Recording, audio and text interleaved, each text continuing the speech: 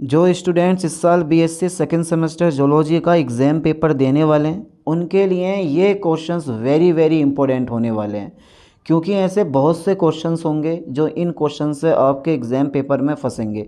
Unit third का नाम है metabolism of carbohydrates and lipids, और पेपर का नाम तो आपको याद है ही, बायोकेमिस्ट्री एंड फिजियोलॉजी। चलिए देख लेते हैं यूनिट थर्ड के वो कौन कौन से मोस्ट इंपॉर्टेंट एमसीक्यू हैं जो इस साल एग्ज़ाम पेपर में फंस सकते हैं। तो सीधे क्वेश्चन फर्स्ट की तरफ बढ़ते हैं। क्वेश्चन फर्स्ट है, ग्लूकोज के पाइरूवेट में परिवर्तन के दौरान एटीपी का शुद्ध लाभ क्या है। वेरी वेरी इंपॉर्टेंट क्वेश्चन है। और what is the net gain of ATP during the conversion of glucose into pyruvate. तो यहाँ पे ए पे टिक लगा दो, 2 एटीपी। एटीपी की फुल फॉर्म भी आपको याद है, एडिनोसिन ट्राइफॉस्फेट। चलिए अगला क्वेश्चन देख लेते हैं। Very very simple question, question number 2 है, उस वैज्ञानिक यानी कि एक वैज्ञानिक जिसने पता लगाया कि ग्लूकोज में ऑक्सीश्वासन द्वारा ऊर्जा कैसे मुक्त होती है वह है। ये जो क्रेब्स है ना, क्रेब्स साइकिल के 3 या 4 क्वेश्चन आपके एग्जाम पेपर में पूछेगा, और यूनिट थर्ड में सबसे ज़्यादा क्रेब्स साइकिल ही है। समझ गए, यहाँ पे क्रेब्स लगा दो, इज द राइट ऑप्शन। अगला क्वेश्चन देखते हैं, क्वेश्चन नंबर 3 है, 1 या 2 क्वेश्चन ग्लाइकोलाइसिस से भी पूछता है। ग्लाइकोलाइसिस में भाग लेने वाले एंजाइम कहाँ होते हैं। Very very important question. और where are the enzymes participating in glycolysis located. Mitochondria में या साइटोप्लाज्म में या दोनों में। तो साइटोप्लाज्म में होते हैं, यहाँ पे आप बी पे टिक लगा दो, in cytoplasm is a right option. Okay, चलिए क्वेश्चन नंबर 4 देखो। देखो मैंने बोला नहीं, क्रेब्स साइकिल के 3 या 4 क्वेश्चन आपके एग्जाम पेपर में रखे हुए मिलेंगे, चाहे आप किसी भी यूनिवर्सिटी का एग्जाम पेपर दे रहे हो। क्रेब्स चक्र किससे आरंभ होता है। आरंभ है प्रचंड। तो क्रेब्स चक्र किससे आरंभ होता है, आप बोलोगे सर एसिटिल कोएंजाइम ए से। क्रेब्स साइकिल जो होता है वो आरंभ होता है, ठीक है। अगला देखते हैं, क्वेश्चन नंबर 5 है, कोशिका में अपचयन क्रियाओं द्वारा मुक्त ऊर्जा तुरंत कहाँ संचित होती है। आप बोलोगे सीधे एटीपी में। Where is the energy released by catabolic reactions immediately stored in the cell. ATP is a right option, A पे आप टिक लगा दो। अगला क्वेश्चन देखें, एटीपी क्या है। आप बोलोगे अरे एडिनोसिन ट्राइफॉस्फेट तो है, अब फुल फॉर्म इसकी यहाँ पे नहीं दे रखी है, तो अब एटीपी को पहचानना, एटीपी क्या चीज़ है। तो ऑक्सीकरण करने वाला एंजाइम नहीं है, एक हार्मोन नहीं है, एक प्रोटीन नहीं है, उच्च ऊर्जा वाले फॉस्फेट बंधकों का अणु, हाँ ये राइट ऑप्शन है, यानी कि a molecule with high energy phosphate bonds. चलिए question number 7, very very important question है। ये क्वेश्चन एग्जाम पेपर में फंसेगा इस साल, इसको पढ़ लेना, रट के जाना, समझ के जाना। ग्लाइकोलाइसिस, ग्लाइकोलाइसिस की खोज की थी। Glycolysis was discovered by Calvin ने, डॉक्टर जेसी बोस ने, विलेकमैन ने, या एमडेन मेयरहॉफ एवं पार्नस ने। किसने की थी ग्लाइकोलाइसिस की खोज की थी। ये की थी एमडेन मेयरहॉफ एवं पार्नस ने, ठीक है। चलिए नेक्स्ट क्वेश्चन देखते हैं 8, ग्लाइकोलाइसिस की क्रिया संपन्न होती है। भाई ग्लाइकोलाइसिस की क्रिया, ये क्वेश्चन अभी ऊपर भी पूछ लिया गया। तो ग्लाइकोलाइसिस से तो क्वेश्चन आते ही हैं और इस बार भी फंसेंगे। तो ग्लाइकोलाइसिस की क्रिया कहाँ पर होती है, आपको पता है, साइटोप्लाज्म में होती है, यानी कि कोशिका द्रव्य में होती है। चलिए कुल 50 क्वेश्चन आज के लेक्चर में मैंने लिए हैं। क्वेश्चन नंबर 9 है, सिट्रिक अम्ल चक्र डॉट डॉट डॉट भी कहते हैं। ये बहुत बहुत इंपॉर्टेंट है, जिसको बोलते हैं ना वेरी वेरी इंपॉर्टेंट, ये वही क्वेश्चन है, ये एग्जाम पेपर में आता है। ये सिट्रिक अम्ल चक्र डॉट डॉट डॉट भी कहते हैं, क्रेब्स साइकिल भी कहते हैं, टीसीए चक्र भी कहते हैं, यानी कि ए और बी दोनों कहते हैं, क्रेब्स साइकिल और टीसीए चक्र, ठीक है। चलिए ग्लाइकोलाइसिस साइकिल नहीं बोलते इसको, सिट्रिक एसिड चक्र को। चलिए क्वेश्चन नंबर 10 देखते हैं, क्रेब्स चक्र एक एरोबिक प्रक्रिया है और यूकैरियोट्स में डॉट डॉट डॉट में होता है। तो यूकैरियोट्स जो होते हैं ना, उसमें सब में ये माइटोकॉन्ड्रिया मैट्रिक्स में होता है, यानी कि माइटोकॉन्ड्रियल मैट्रिक्स में होता है ये क्रेब्स साइकिल। अच्छा क्वेश्चन नंबर 11 देखो, ग्लाइकोलाइसिस में किसका ऑक्सीकरण होता है। What undergoes oxidation in glycolysis. Question को ज़रा समझो प्यार के साथ में, ग्लाइकोलाइसिस में किसका ऑक्सीकरण होता है। What undergoes oxidation in glycolysis, जल में, कार्बोहाइड्रेट में, अम्ल में या एल्कोहल में। आप बोलोगे sir carbohydrate is a right option, B पे आप टिक लगा दो, ठीक है। क्वेश्चन नंबर 12 देखो, अनोक्सी श्वासन में पूर्णतः या आंशिक रूप से क्या सम्मिलित है। अनोक्सी श्वासन में ध्यान देना, व्हाट इज द फुल्ली और पार्शियली इन्वॉल्व्ड इन, ठीक है, एनारोबिक रेस्पायरेशन। तो केवल क्रेब्स साइकिल नहीं, ये नहीं है। केवल ग्लाइकोलाइसिस और क्रेब्स चक्र, केवल जो है ग्लाइकोलाइसिस संचित होता है। सी पे आप टिक लगाओ, यही प्रक्रिया सम्मिलित है इसमें। अगला क्वेश्चन देखते हैं, क्वेश्चन 13 है, कोशिकांग जो कोशिका का पावर हाउस कहलाता है और जिसमें श्वसन की ऑक्सीकरण घटनाएं होती हैं वह है माइटोकॉन्ड्रिया।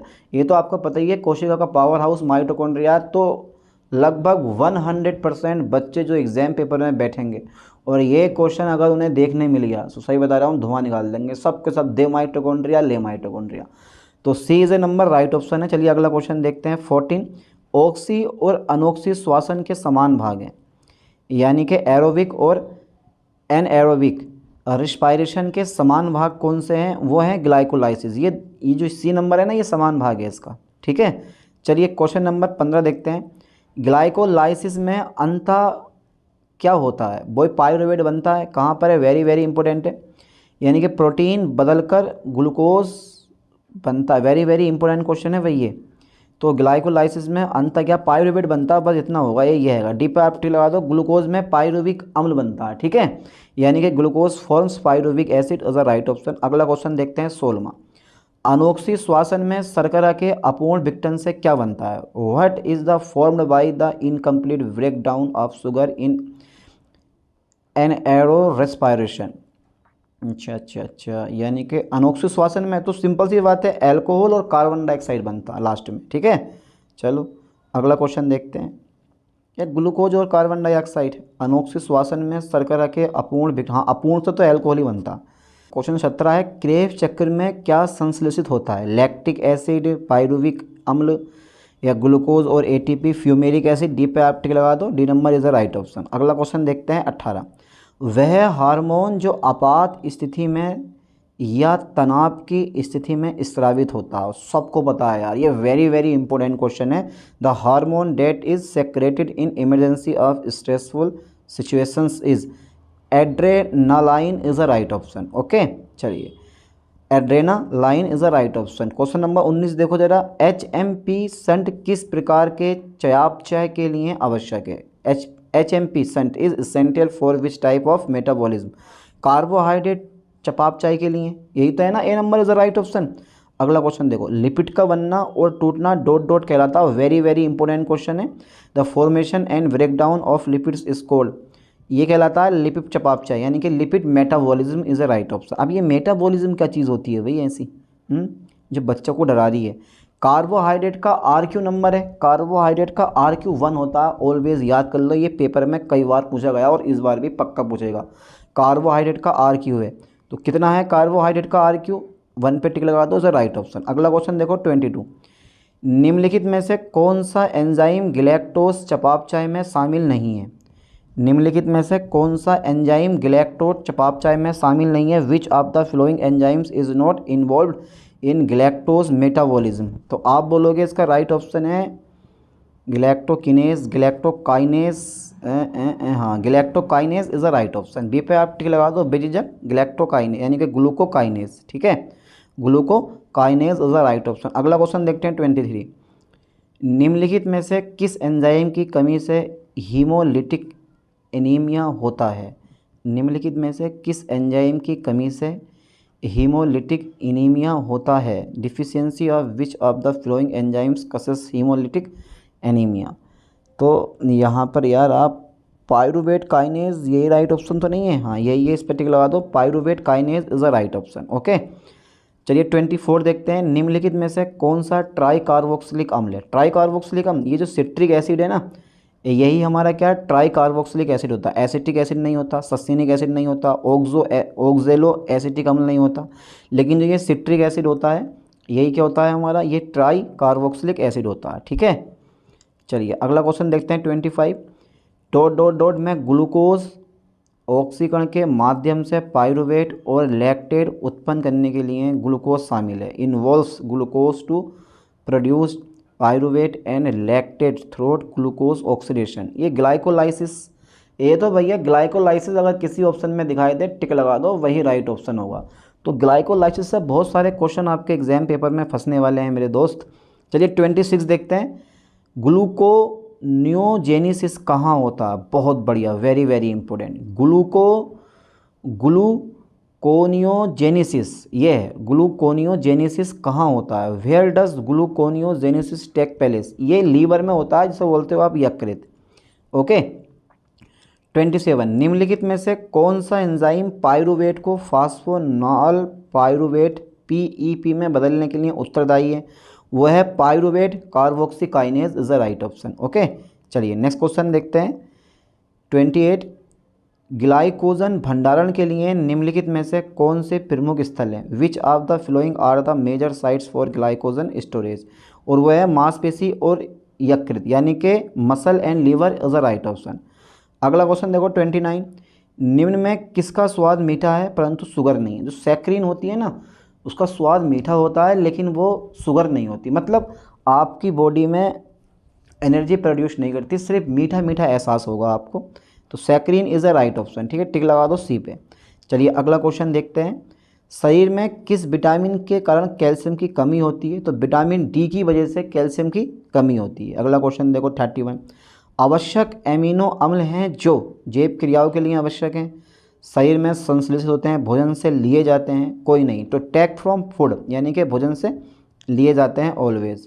क्वेश्चन नंबर 32 देखो जरा, जीवाणुओं की सहायता से शाकाहारी जानवरों में सेलुलोज का पाचन होता है, cellulose digestion in herbivorous mammals with the help of bacteria occurs in vermiform appendix एवं सीकम में, ठीक है। चलिए 33 देख लेते हैं।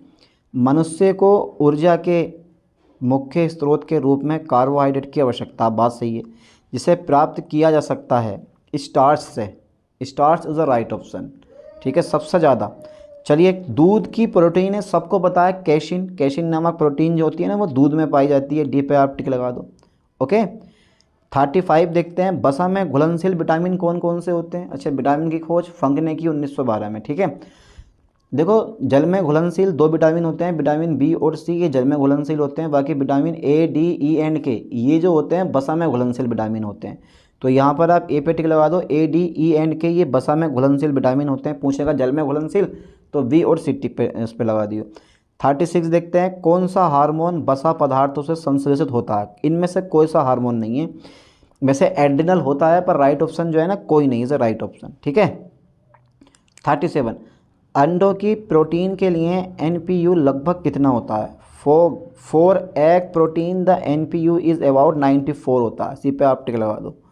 नेक्स्ट क्वेश्चन देखते हैं 38, बीमारियों का कौन सा समूह प्रोटीन की कमी से संबंधित है, which group of diseases related to the protein deficiency, बीमारियों का कौन सा समूह प्रोटीन की कमी से संबंधित है, तो क्वासियोरकर और marasmus is a right option, marasmus, ये क्वासियोरकर और marasmus is a right option. Okay. चलिए नेक्स्ट क्वेश्चन देखते हैं 39, मांसपेशीय संकुचन में कौन सा बंध दिखाई देता है, the bond which appears on muscular contraction is, तो मस्कुलर कंट्रैक्शन इच, एच बॉन्ड दिखाई देता है, AIM, ये वी पे आप टी लगा दो, ए दिखाई देता है, मेरे ख्याल से यही होना चाहिए। 40 देखते हैं, सार्कोमियर किन दो के बीच का क्षेत्र है, सार्कोमियर जेड बैंड के बीच का क्षेत्र है। ओके। चलिए 41 देखते हैं, मायोसिन अणु में कितना पॉलीपेप्टाइड श्रृंखलाएं पाई जाती हैं, how many polypeptide chains are found in myosin molecules, तो 6, यानी कि मायोसिन मोलिक्यूल में 6 पॉलीपेप्टाइड श्रृंखलाएं पाई जाती हैं, सी पे आप टिक लगा दो बेझिझक। अगला क्वेश्चन देखो जरा 42, शक्तिशाली न्यूरोमस्कुलर संचालक है, the powerful neuromuscular transmitter is, आप बोलोगे एसिटाइल कोलिन, ये डी पे टिक लगा दो, द राइट ऑप्शन। ओके। 43 देखो कि कशेरुकियों में मांसपेशियां चलन का समन्वय किसके द्वारा होता है, muscular movement in vertebrates are coordinated by, यहाँ पे टिक लगा दो, cerebellum is a right option. 44, मांसपेशियां संकुचन के लिए निम्नलिखित में से कौन सा तत्व आवश्यक है, विच of the flowing elements is essential for contraction of muscles, calcium plus is a right option. चलिए अगला क्वेश्चन देख लेते हैं 45, बड़े लंबे लंबे क्वेश्चन है यार, ये सारे क्वेश्चन एग्जाम पेपर में आए हुए हैं, ठीक है, इसलिए इनमें से कोई क्वेश्चन छोड़ लो मत, सारे के सारे क्वेश्चन इंपॉर्टेंट है। मांसपेशीय संकुचन की स्लाइडिंग फिलामेंट थ्योरी किसके द्वारा प्रस्तावित थी, sliding filament theory of muscle contraction was proposed by Hansel और हेक्सले। अगर आपको कहीं हेंसल और हेक्सले दिखाई देना ऑप्शन में टिक लगा देना, वही राइट ऑप्शन होगा। ठीक है, ये बहुत कम ऑप्शन में मिलते हैं। 46 देखो, मांसपेशियां संकुचन का ऊर्जा स्रोत है, energy source of muscles contraction is ATP is a right option, B पे आप टिक लगा दो। चलिए क्वेश्चन नंबर 47, भुजाओं के चलने में कौन सी मांसपेशियां भागीदार हैं? The muscle involved in the movement of arms are, तो वो हैं रेखीय मांसपेशी इज ए राइट ऑप्शन, जिसको बोलते हैं स्टिफ्ड मसल्स। ओके 48 देखो जरा, कौन सी मांसपेशी थकावट के लिए इम्यून है? जल्दी बताओ कौन सी मांसपेशी ऐसी है जो थकावट के लिए इनमूल है, उसको बोलते हैं हृदय मांसपेशी is the right option. Okay अगला क्वेश्चन देखो 49, मेरुदंड की गुहा है, आप बोलोगे न्यूरोसील इज द राइट ऑप्शन, ये मेरुदंड की गुहा होती है। 50 देखो जरा, निम्नलिखित में से कौन सा उत्सर्जी तंत्रिकीय संचालक है? विच of the following is an excitatory neurotransmitter, तो ये होता है acetyl choline is the right option. ठीक है, टोटल इस लेक्चर में हमने कितने क्वेश्चन लिए हैं? 50 क्वेश्चन लिए हैं और 50 के 50 इंपॉर्टेंट क्वेश्चन हैं। ठीक है, ये पढ़ने बड़े ज़रूरी हैं यार, देखो अच्छे नंबर ला के पास होना, मैं तो यही सोचूंगा अच्छे नंबर आए आपको। चलिए मिलते हैं नेक्स्ट वीडियो में नेक्स्ट लेक्चर के साथ। थैंक्स।